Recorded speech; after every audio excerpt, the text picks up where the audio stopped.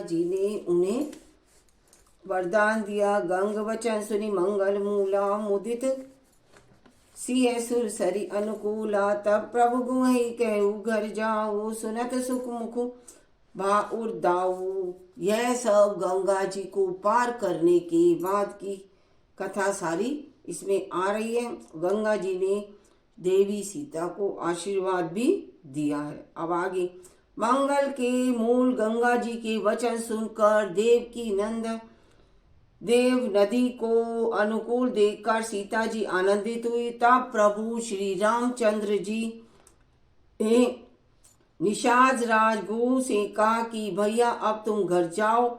यह सुनते ही उसका मुख सूख गया और हृदय में दाह उत्पन्न हो गया। दीन वचन गु कह कर जोरी, विनय सुनाओ रघुकुल मणि मोरी। नाथ साथ रही पंथु दिखाई, कर दिन चारि चरण सेविकाई।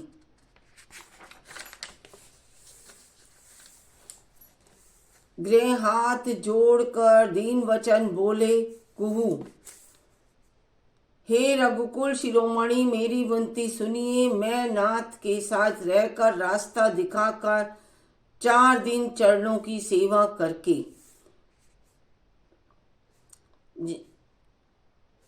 जय बन जाई रहब रघुराही। परन कुटी में कर बिसुहाई, तब मोहि मन कह जसि देव रजाई। सोई करिए रघुवीर दुहाई। हे रघुराज, जिस वन में आप जाकर रहेंगे वहां मैं सुंदर पर्ण कुटी यानी पत्तों की कुटिया बना दूंगा। तब मुझे आप जैसी आज्ञा देंगे। मुझे रघुवीर की दुहाई है, मैं वैसा ही करूंगा। सहज सने राम लखितासु, संगली ने गु हृदय हुलासु। पुनिग्र गुज्ञाति बोली तब लीने, करी परितोष विदा तब कीने। उसके स्वाभाविक प्रेम को देखकर श्री रामचंद्र जी ने उसको साथ ले लिया। उससे ग्रह के हृदय में बड़ा आनंद हुआ। गुहू के हृदय में बहुत ही आनंद हुआ। फिर गुहू यानी निषाद राज उनके साथ साथ ही वे अपनी जाति के लोगों को बुला लिया और उनका संतोष करा के तब उनको विदा किया। तब गणपति शिव सुमेरी, प्रभु नाई सुर सरी नाथ मात। सखा अनुज सिंह सहित बन गवौ कीन रघुनाथ।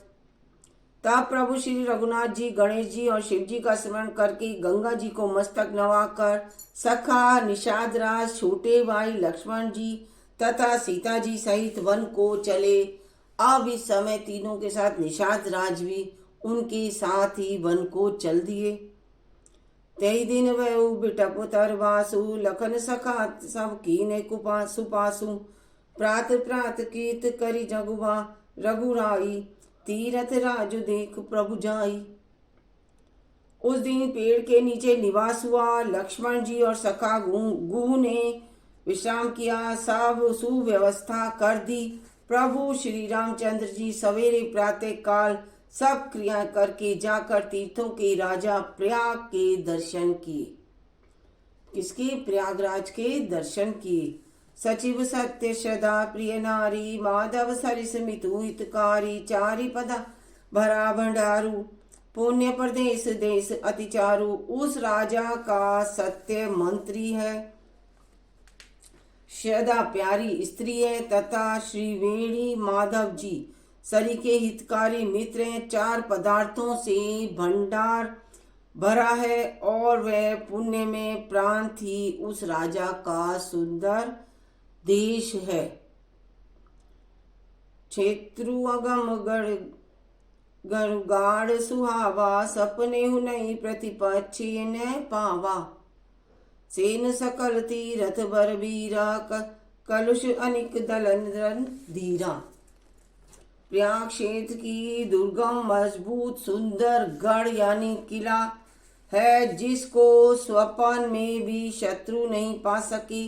संपूर्ण तीर्थी उसके श्रेष्ठ और वीर सैनिक हैं, जो आपकी सेना को कुशल डालने वाले और बड़े ही रणधीर हैं। संग मुनि हासन सुठी सुहोहा। छत्रु आखे बटु मुनि मनु मोहा। चवर चबु जमुन अरु गंग तरंगा। देखी होई दुख दारिद भंगा। गंगा जमुना और सरस्वती का संगम ही उसका अत्यंत सुशोभित सिंहासन है। अक्षय वट छत्र है जो मुनियों के से भी मन को मोहित कर लेता है। यमुना जी और गंगा जी की तरंगे उसके श्याम और श्वेत चवर हैं, जिनको देखकर ही दुख और दरिद्रता नष्ट हो जाती है। इसमें ये सारा बताया गया। सेवई सुकृति साधु सुचि पावई सब मन कान। बंदी वेद पुराण गण कई विमल गुण ग्राम। पुण्य आत्मा पवित्र साधु उसकी सेवा करते हैं और सब मनोरथ पाते हैं। वेद और पुराणों के समूह भाट हैं जो उसके निर्मल गुणगानों का बखान करते हैं। ये सभी उनके साथ सभी का वर्णन इसमें किया गया है। निषाद राज भी उनके साथ ही चल दिए हैं वन को, और वहीं पर उन्होंने कुटिया पापों के समूह रूपी हाथी के मारने के लिए सिंह रूप प्यारराज का प्रभाव कौन कह सकता है। ऐसे सुहावने तीर्थराज का दर्शन कर सुख के समुद्र रघुकुल से श्री राम जी ने भी सुख पाया। प्रयागराज के दर्शन से श्री राम जी ने भी बहुत ही सुख पाया है। इसमें